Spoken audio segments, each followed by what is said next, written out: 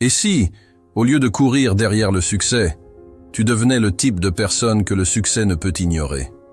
Laisse-moi te dire quelque chose de brutal. La plupart des gens se contentent de survivre. Ils avancent avec leurs routines, leurs habitudes et leurs excuses, tout en espérant que les choses s'amélioreront éventuellement. Mais toi, tu es là parce que tu sais que ça ne suffit pas. Alors cette nouvelle année 2025, ne te transforme pas juste pour être meilleur. Transforme-toi pour devenir méconnaissable. Pas à coups de clichés ou de routines préfabriquées, mais avec des défis qui vont te bouleverser, te remodeler et te propulser là où personne n'attendait de te voir.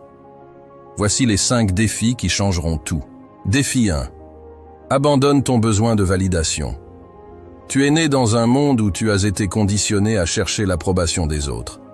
On t'a appris à vivre pour que les autres te disent « Bien joué, tu es sur la bonne voie, tu es incroyable ».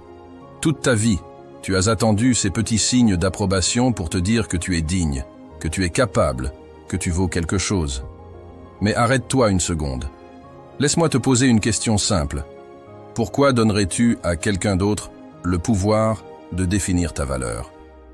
Pourquoi as-tu permis que la perception d'autrui, souvent superficielle et ignorante, dicte ta propre réalité?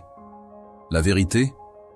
Cette dépendance à la validation externe est la principale chose qui te retient. Ce besoin incessant d'être vu, d'être approuvé, t'empêche de faire ce qui est réellement important pour toi. Tu vis à travers les yeux des autres, mais eux ne vivent pas ta vie. Ils ne portent pas ton fardeau. Ils ne ressentent pas tes peurs ni tes rêves. Alors, cette année, il est temps de changer cela. C'est à toi de définir ta propre valeur. Et ça commence par un acte radical de rébellion contre cette vieille habitude de rechercher constamment l'approbation. Arrête de vivre pour plaire. Arrête de poster ta vie sur Instagram, dans l'espoir que les autres te disent que tu es cool ou inspirant. Arrête de demander des avis à tout le monde avant de prendre une décision importante. Chaque fois que tu cherches à être validé par quelqu'un d'extérieur à toi, tu donnes une part de ton pouvoir à cette personne. Et tu veux que ça s'arrête, non? Tu veux être maître de ta propre réalité. Comment faire? Commence par un test radical. Une semaine sans chercher aucune forme d'approbation externe. Rien de rien. Pas de like, pas de commentaires, pas de félicitations. Ne fais rien pour que les autres te remarquent ou te valident. Fais tout pour toi, et uniquement pour toi. Que ce soit un projet, une activité, ou même une pensée, ne cherche pas à ce que quelqu'un t'approuve. Cette semaine, tu vas découvrir un autre niveau de liberté. C'est inconfortable. Oui, c'est même déroutant. Mais sache que c'est dans l'inconfort que la transformation réelle se produit. En te détachant de l'opinion des autres, tu feras face à tes véritables désirs, à ce que toi seul veux vraiment accomplir. Tu te découvriras, et plus encore, tu apprendras à te valider par toi-même. Tu seras plus solide, plus autonome, plus libre. Tu es déjà assez. Tu n'as pas besoin de la validation de personnes qui ne comprennent même pas ce que tu es en train de bâtir. Ta seule validation, c'est toi. Alors cette année, abandonne cette quête de validation. Fais tout pour toi, même si personne ne le remarque, même si personne ne te félicite. Et lorsque tu commenceras à te valider toi-même, tu verras un changement radical dans ta vie. Tu deviendras plus confiant, plus indépendant, plus invincible. Fais-le maintenant. Défi 2. Embrasse l'échec comme un professeur. L'échec. Ce mot te fait peur, n'est-ce pas? On t'a appris à le redouter, à l'éviter à tout prix, à croire que chaque chute est une preuve de faiblesse, une honte à cacher.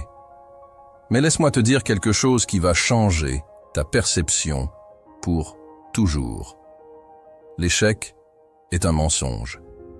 Si tu crois qu'il définit ta valeur. La vérité? L'échec est un outil, une bénédiction déguisée, un maître exigeant mais juste. Chaque fois que tu échoues, tu apprends une leçon que personne ne pourra jamais t'enlever. une leçon que tu ne pourrais pas obtenir autrement. Tu vois, la réussite n'est jamais un chemin rectiligne. Elle est pavée d'échecs, de déceptions, de moments où tout semble s'effondrer. Ceux qui réussissent ne sont pas ceux qui évitent l'échec, mais ceux qui en font leur meilleur allié. La peur de l'échec est ton pire ennemi. Elle te paralyse, t'empêche d'agir et te maintient dans un état de médiocrité. Tu restes dans ta zone de confort, à l'abri de tout risque, mais aussi loin de toute récompense. C'est cette peur qui t'empêche de te révéler pleinement. Alors cette année, je te lance un défi. Fais de l'échec ton professeur.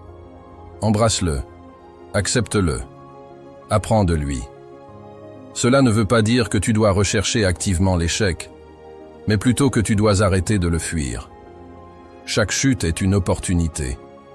Chaque erreur est une chance de progresser. Comment transformer l'échec en allié? Fixe-toi un objectif audacieux. Pas un objectif facile. Pas quelque chose que tu sais déjà faire. Non. Choisis quelque chose qui te fait peur, qui te met mal à l'aise. Peut-être que c'est lancer un business, courir un marathon, parler une langue étrangère, ou te lancer dans un domaine complètement inconnu. L'objectif doit être suffisamment ambitieux pour que l'échec soit une possibilité réelle. Si tu ne risques pas d'échouer, tu ne risques pas non plus de grandir. Accepte les imperfections. Arrête de chercher à être parfait dès le début. La perfection est une illusion qui t'enchaîne. Donne-toi la permission de mal faire les choses au départ. C'est en trébuchant que tu apprendras à marcher, et c'est en tombant que tu apprendras à te relever. Documente chaque échec. À chaque chute, prends le temps d'écrire ce qui s'est passé. Qu'est-ce qui a mal tourné? Qu'est-ce que tu aurais pu faire différemment? Mais surtout, qu'as-tu appris? Chaque échec te donne une information précieuse, une leçon que tu peux utiliser pour ajuster ton approche. Recommence, encore et encore. Le secret, ce n'est pas de ne jamais tomber. Le secret, c'est de te relever, une fois de plus, que le nombre de fois où tu tombes. Thomas Edison a dit « Je n'ai pas échoué 10 000 fois. J'ai trouvé 10 000 façons qui ne fonctionnent pas. » Ce mindset, c'est ce qui transforme l'échec en tremplin. Pourquoi est-ce crucial pour 2025? Parce que si tu évites l'échec, tu évites aussi le progrès.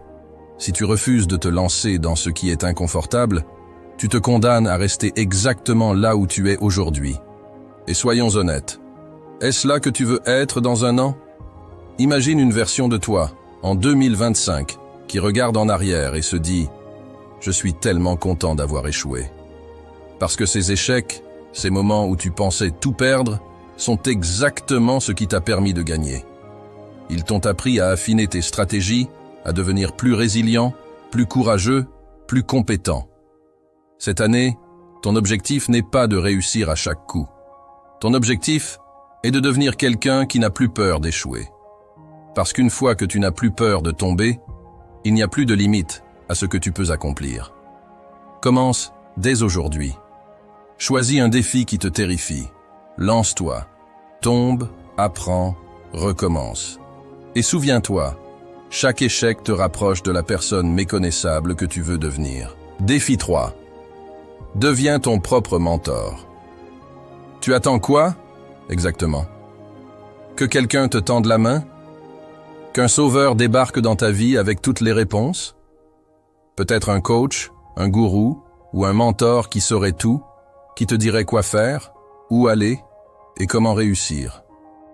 Mais laisse-moi te réveiller. Personne ne viendra.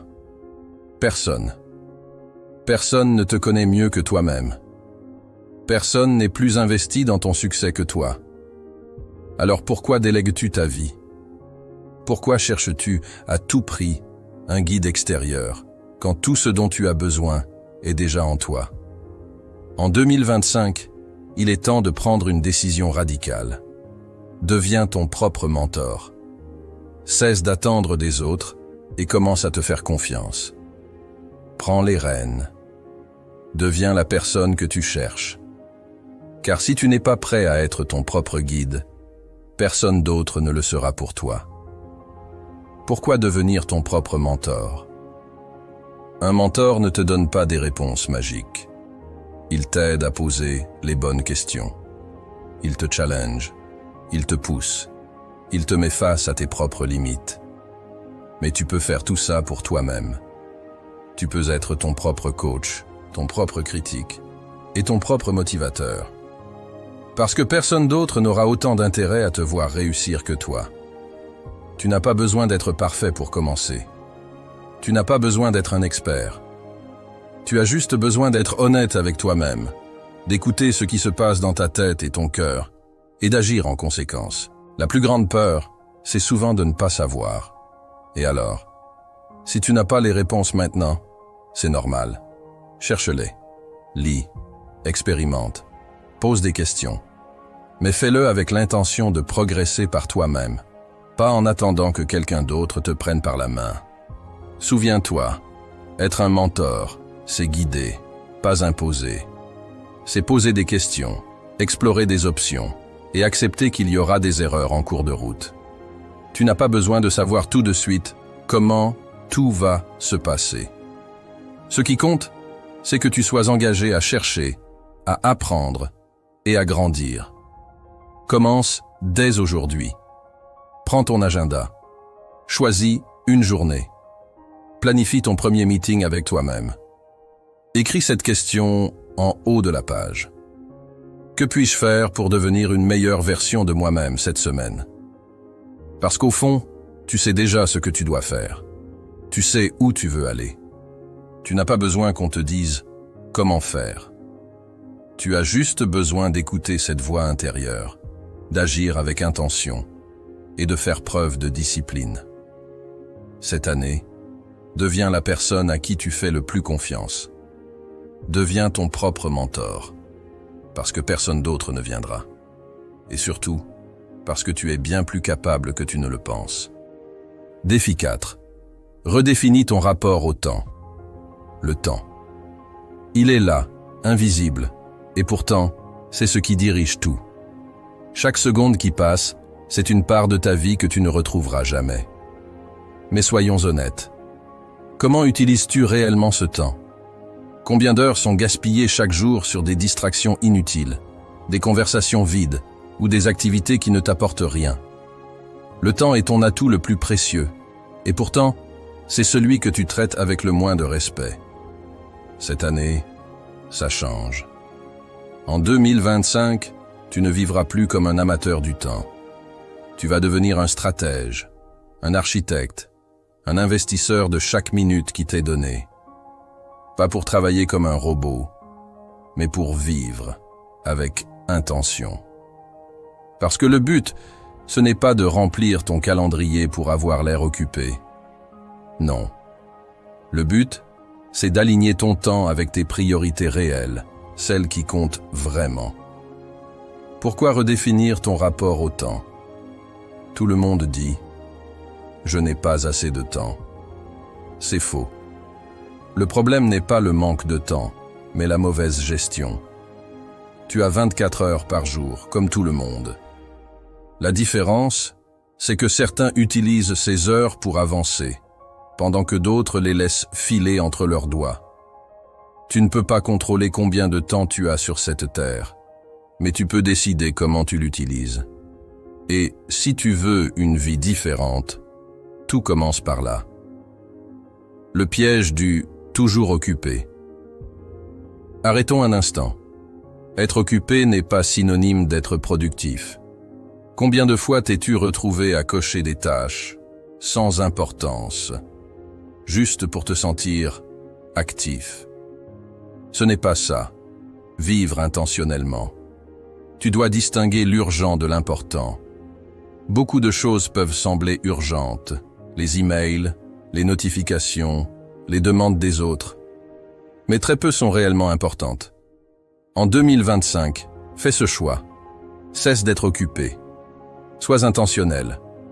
Ton objectif n'est pas de remplir ton temps, mais de le vider de ce qui ne compte pas.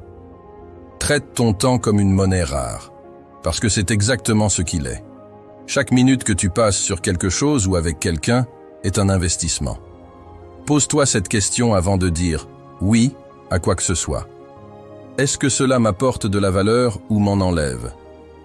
Si une personne t'épuise constamment, réduis son accès à toi. Si une activité ne te fait pas progresser vers tes objectifs, élimine-la. Si un choix ne te rapproche pas de la vie que tu veux, refuse-le. En 2025, dis non, avec plus de conviction. Chaque non à une distraction est un oui à tes priorités. Redéfinir ton temps ne signifie pas vivre dans la privation. Ce n'est pas une invitation à devenir un robot obsédé par la productivité. C'est un appel à vivre avec intention. Parce que lorsque tu utilises ton temps pour ce qui compte vraiment, tu n'es pas juste productif, tu es aligné. Et cet alignement, c'est là où la magie opère. Tu te sens plus en paix, plus satisfait et plus puissant. Ne laisse pas 2025 être une autre année où tu regardes passer le temps. Fais-en l'année où chaque minute compte. Commence aujourd'hui. Prends une feuille de papier et écris 3 choses que tu élimineras de ton emploi du temps et 3 priorités que tu protégeras. Ensuite, agis. Parce que si tu ne contrôles pas ton temps, il te contrôlera.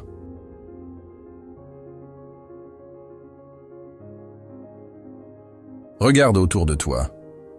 La personne que tu es aujourd'hui, tout ce que tu as ou n'as pas, tout ce que tu fais ou évites de faire, est le reflet de tes croyances profondes. Ce sont tes croyances, et non tes capacités, qui dictent ta vie. Si tu es enfermé dans une cage invisible, c'est celle que tu as construite avec les briques de tes pensées limitantes. Et cette année, il est temps de briser cette cage. Les croyances limitantes. L'ennemi invisible. Une croyance limitante, c'est cette petite voix dans ta tête qui te dit « Je ne suis pas assez bon. Ce n'est pas fait pour moi.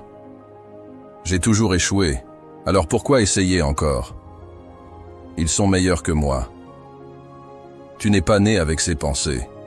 Elles t'ont été imposées par tes expériences, ton entourage, la société.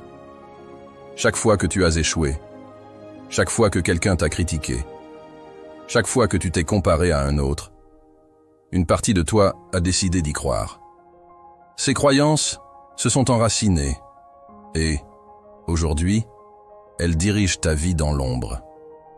Mais la vérité, elles ne sont que des histoires, des mensonges que tu t'es racontés encore et encore, jusqu'à ce qu'ils deviennent ta réalité. Pourquoi les confronter? Parce qu'elles te retiennent en arrière. Tant que tu les crois vraies, elles agissent comme des chaînes invisibles. Tu pourrais être beaucoup plus, faire beaucoup plus, avoir beaucoup plus. Mais ces croyances te murmurent toujours. Reste là où tu es. Ne prends pas de risques. Si tu veux devenir méconnaissable en 2025, tu dois les confronter.